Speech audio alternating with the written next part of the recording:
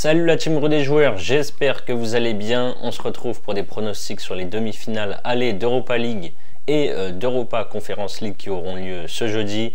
Avant que je vous donne mes pronos, n'hésitez pas à vous abonner à notre chaîne YouTube si ce n'est pas encore fait.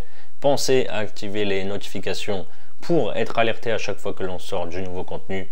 Pensez à liker cette vidéo, ça nous aide énormément au niveau du référencement. Pensez aussi à commenter, je vous pose d'ailleurs tout de suite une question. Bilbao trop costaud ou non pour Manchester United à San Mamés? Donnez-moi votre avis en commentaire. Je rappelle que la finale d'Europa League aura lieu dans le stade de Bilbao, donc à San Mamés. On a aussi un Telegram sur lequel on envoie des pronos, foot, tennis, basket, etc. Des pronos différents évidemment de ceux qu'on donne sur notre chaîne YouTube. N'hésitez pas à rejoindre notre canal, vous avez le lien en description de cette vidéo. Pour parier sur ces demi-finales d'Europa, vous pouvez utiliser le bonus que l'on a avec Bwin. Votre premier pari est remboursé en free bet jusqu'à 100 € maximum, peu importe qu'il soit gagnant ou perdant. Par exemple, si vous déposez 100 €, vous jouez les 100 € et vous recevez directement 100 € de free bet. Attention, il faut que la cote de votre premier pari soit au minimum à 1,80. Pour en profiter, vous avez le lien en description. Je commence donc avec les demi-finales de l'Europa League. L'Athletic Bilbao qui reçoit Manchester United. Bilbao est en mission pour remporter cette Europa League avec la finale qui aura lieu dans son stade à San Mamés. Les Basques ont terminé deuxième de la phase de Ligue avec 6 victoires, 1 nul et une défaite. En huitième, ils ont sorti la Roma après une défaite 2-1 en Italie et une victoire 3-1 au retour en Espagne. En quart de finale, ils n'ont pas tremblé contre les Rangers en ayant ultra dominé les deux rencontres. 0-0 en Écosse et victoire 2-0 à San Mamés au retour. En Liga, ils sont 4e avec 6 points d'avance sur le Betis 6e et devraient, sauf catastrophe, se qualifier pour la prochaine Ligue des Champions. Ils n'ont pas joué le week-end dernier. Leur dernier match c'était mercredi et ils ont battu Las Palmas 1-0. Saison cauchemar pour United qui n'a plus que l'Europa League pour la sauver. Les Red Devils sont seulement 14e de Première Ligue et n'ont plus rien à jouer. Ils ont terminé 3e de cette phase de Ligue en Europa League juste derrière Bilbao. Ils ont sorti un autre club espagnol en 8e de finale, la Real Sociedad avec un nul 1 but partout là-bas et une victoire 4-1 au retour à Old Trafford. Et en quart de finale, évidemment, ce scénario dingue contre Lyon et la qualification en prolongation 5-4 alors que Lyon menait 4-2. Cette victoire en prolongation est la seule victoire de Manchester sur les 7 derniers matchs, toutes compétitions confondues. Ils ont même failli enchaîner une 3e défaite de suite en championnat dimanche, mais finalement Højlund a sauvé les siens en égalisant à la 96e à Bournemouth pour arracher le nul 1 but partout. Les Espagnols sont pour moi les favoris de cette Europa League. Je les vois s'imposer à domicile sur ce match aller. Je prends leur victoire à les coter à 2. L'autre demi, c'est Tottenham qui reçoit Bodo Glimt. Même cas de figure que United pour les Spurs. Tottenham fait une saison historique mais dans le mauvais sens du terme. Avec une 16e place en Europa League, ils ont un bilan catastrophique de 1 victoire et 5 défaites sur les 6 dernières journées. La victoire c'était à la maison contre Southampton qui est dernier et déjà relégué. Dimanche, ils ont perdu 5-1 à Liverpool qui fêtait son titre de champion à Anfield. En Europa League, ils ont sorti la Z Alkmaar en 8e et Francfort en quart de finale. Ils avaient concédé le nul 1 but partout à l'aller à Londres et ils sont allés gagner quand même 1-0 au retour en Allemagne. Bodo Glimt est la grosse surprise de cette saison.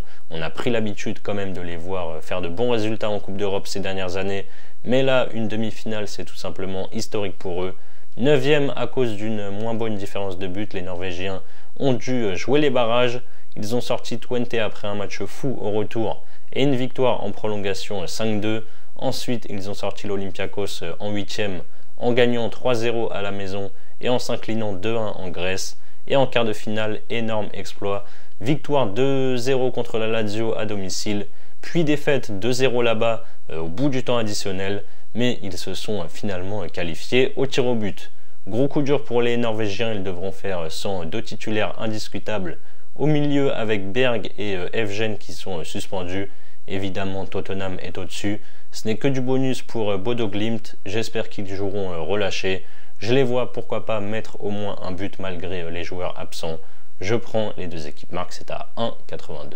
En Europa Conference League maintenant, on a le Betis Séville qui reçoit la Fiorentina. Le Betis fait une très belle saison. En plus de cette demi-finale, ils sont 6e en Liga à 1 point du top 5 qualificatif pour la prochaine Ligue des Champions. Les Sévillans ont sorti la Gantoise en barrage en s'imposant 3-1 au score cumulé. Ensuite, en 8e, ils ont sorti les Portugais de Guimarães après un nul 2-2 à Séville et une victoire 4-0 au Portugal au retour. Et en quart de finale, ils ont sorti les Polonais de Jagiellonia 3-1 en score cumulé. Ils sont en grande forme avec une seule défaite sur les 13 derniers matchs, toutes compétitions confondues, pour 9 victoires et 3 nuls. La Fio est malheureuse dans cette compétition avec déjà 2 finales perdues lors des 2 dernières éditions. Il y a 2 ans contre West Ham 2-1 et la saison dernière contre l'Olympiakos 1-0. Cette année, les Italiens ont terminé 3e de la phase de ligue. En 8e, ils ont sorti le Panathinaikos. Après une défaite 3-2 en Grèce, ils ont gagné au retour 3-1 à Florence. En quart, ils ont sorti les Slovènes de Celje. Victoire 2-1 là-bas et match nul 2 buts partout au retour en Italie. La course à l'Europe est très serrée en Serie A. La Fio est 7e avec 59 points et peut accrocher le top 4 qualificatif pour la Ligue des Champions. Ils n'ont que 3 points de retard. Et la Viola reste sur 2 victoires en championnat. 2-1 à Cagliari et 2-1 contre Empoli dimanche. Match très équilibré sur le papier pour moi. Je vois bien les 2 équipes marquées dans cette première manche. C'est coté à 1,72. L'autre demi-finale, c'est Djurgården qui reçoit Chelsea.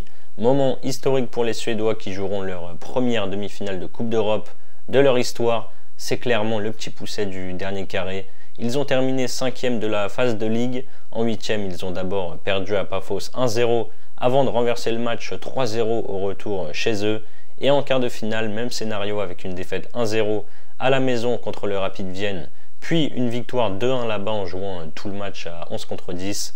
Ils ont ensuite fait la différence en prolongation en marquant 2 buts. En championnat, ça vient de reprendre et au bout de 5 journées, ils ont un bilan de 2 victoires, 1 nul et 2 défaites. Chelsea est évidemment le grand favori de cette Europa Conference League. Ils ont facilement terminé premier de la phase de ligue avec 6 victoires en 6 journées, 26 buts marqués et 5 encaissés. Ils ont sorti Copenhague en 8e de finale en s'imposant 2-1 au Danemark, puis 1-0 à Stamford Bridge. En quart de finale, c'était le Legia Varsovie au programme. Ils ont plié l'affaire dès le match aller, victoire 3-0 en Pologne. Et par contre, petite surprise, ils ont perdu au retour en Angleterre 2-1. En première ligue, les Blues sont 5e et en course pour une place en Ligue des Champions. Ils ont gagné leurs 2 derniers matchs, 2-1 à Fulham et 1-0 contre Everton samedi dernier. Sans surprise, Chelsea devrait s'imposer. Je prends Chelsea qui mène à la mi-temps et qui gagne le match, c'est coté à 1,85. Voilà mes avis sur ces demi-finales de Coupe d'Europe.